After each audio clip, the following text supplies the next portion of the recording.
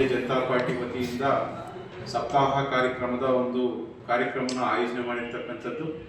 ಈ ಒಂದು ರಾಷ್ಟ್ರೀಯ ಅಧ್ಯಕ್ಷರಾಗಿರ್ತಕ್ಕಂಥ ನಡ್ಡಾರವರ ಒಂದು ಮಾರ್ಗದರ್ಶನದ ಮೇಲೆ ಇಡೀ ನಮ್ಮ ಭಾರತ ದೇಶದಲ್ಲಿ ಡಿಸೆಂಬರ್ 25ರಿಂದ ಮತ್ತು 31ರವರೆಗೂ ಸಹ ವಾಜಪೇಯಿರವರ ಜನ್ಮ ಶತಮಾನೋತ್ಸವದ ಒಂದು ಸಪ್ತಾಹ ಕಾರ್ಯಕ್ರಮಗಳನ್ನ ಪ್ರತಿ ಜಿಲ್ಲಾ ಮತ್ತು ವಿಧಾನಸಭಾ ಕ್ಷೇತ್ರದಲ್ಲೂ ಮಂಡಲವಾರು ಸಹ ನಾವು ಆಚರಣೆ ಮಾಡಬೇಕು ಅನ್ನೋ ಒಂದು ದೃಷ್ಟಿಯಿಂದ ಕಾರ್ಯಕ್ರಮ ಹಮ್ಮಿಕೊಳ್ಳುವ ಮೂಲಕ ಇವತ್ತು ವಾಜಪೇಯಿರವರು ಇವತ್ತು ಈ ಭಾರತ ದೇಶದಲ್ಲಿ ಇವತ್ತು ವಾಜಪೇಯಿರವರು ಏನು ಭಾರತೀಯ ಜನತಾ ಪಾರ್ಟಿಯ ಒಬ್ಬ ಪ್ರಧಾನಿಯಾಗಿ ಇವತ್ತು ಅವರು ಕೊಟ್ಟಿರ್ತಕ್ಕಂಥ ಭಾರತಕ್ಕೆ ಇವತ್ತು ರಸ್ತೆ, ಇವತ್ತು ಗ್ರಾಮೀಣ ಸಡಕ್ ಯೋಜನೆ ಇರ್ಬೋದು, ಮತ್ತು ಏನು 4 ವೇ ಇದೆ ನ್ಯಾಷನಲ್ ಹೈವೇದು ಚತುಷ್ಪಥ ರಸ್ತೆ ಒಂದು ಪ್ರಥಮವಾಗಿ ಈ ದೇಶವನ್ನು ಜಮ್ಮು ಕಾಶ್ಮೀರದಿಂದ ಹಿಡಿದು ಕನ್ಯಾಕುಮಾರಿ ತನಕ ಒಂದೇ ರಸ್ತೆಯನ್ನು ಜೋಡಣೆ ಮಾಡಿರ್ತಕ್ಕಂಥದ್ದು, ಮತ್ತು ಈ ಕಡೆ ಗುಜರಾತಿಂದ ಹಿಡಿದು ಬೆಂಗಾಲ್ ತನಕ ಸಹ ಜೋಡಣೆ ಮಾಡ್ತಕ್ಕಂಥ ಒಂದು ಚಿಂತನೆ ಮಾಡಿ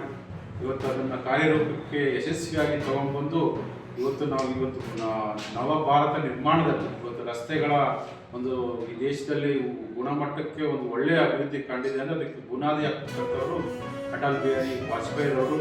ಹಾಗಾಗಿ ಅವರ ಒಂದು ಚಿಂತನೆ, ಅವರ ಒಂದು ವ್ಯಕ್ತಿತ್ವ ಮತ್ತು ಅವರ ಆದರ್ಶಗಳು ಇವತ್ತು ಭಾರತೀಯ ಜನತಾ ಪಾರ್ಟಿಯ ಮತ್ತು ಬರೀ ಒಂದು ಪಕ್ಷದ ಕಾರ್ಯಕರ್ತರುಗಳ ಇಡೀ ದೇಶದ ಜನರಿಗೆ ಅವರ ವ್ಯಕ್ತಿತ್ವ ಮತ್ತು ಅವರ ಒಂದು ಸರಳತನ ಮತ್ತು ಅವರೆಲ್ಲ ಆದರ್ಶಗಳು ಸಹ ಬಹಳಷ್ಟು ಮನಸ್ಸನ್ನು ಗೆದ್ದಿರ್ತಕ್ಕಂಥ.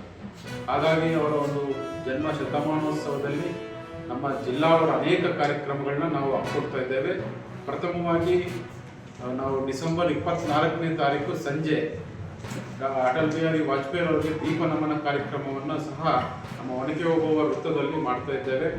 ನೋಡಿ, ನಾವು ಹಳ್ಳಿಯಿಂದ ಬಂದಿದ್ದೇವೆ ನೋಡೋಕ್ಕೆ, ಕೋಟೆ ನೋಡೋಕ್ಕೆ ಅಂಥೇಳಿ.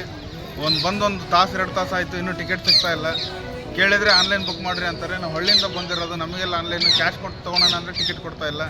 ಭಾಳ ಜನ ಹೊರ ನಿಂತ್ಕೊಂಡಿದ್ದಾರೆ, ಭಾಳ ಕಾಯ್ತಿದ್ದಾರೆ. ವಯಸ್ಸಾಗಿರೋ ಕರ್ಕೊಂಡು ಬಂದಿದ್ದೀವಿ. ಹಿಂಗಾದರೆ ತುಂಬ ಸಮಸ್ಯೆ ಆಗುತ್ತೆ. ದಯವಿಟ್ಟು ಇದಕ್ಕೆ ಒಂದು ಪರಿಹಾರ ಕೊಡಿ.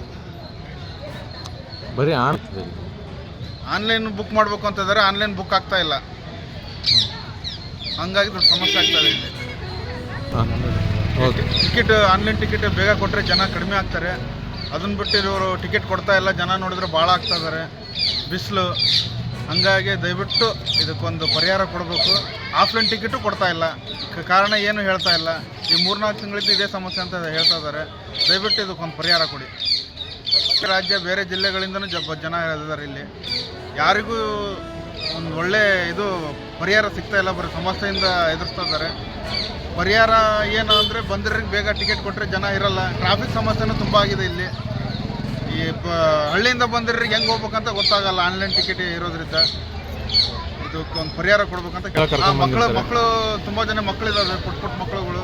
ಅವ್ರಿಗೆ ಹೊರಗೆ ನಿಲ್ಸ್ಕೊಂಡು ಕೂರೋದಾಗಲ್ಲ. ರೋಡ್ ಬೇರೆ ಇದು, ವಾಹನಗಳು ಅಡ್ಡಾಡ್ತಾ ಇದ್ದಾವೆ.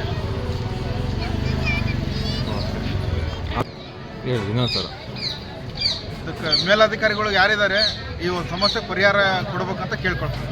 ನಿಮ್ಮ ಹೆಸರು? ನನ್ನ ಹೆಸರು ಸಲ್ಮಾನ್ ಅಂತ.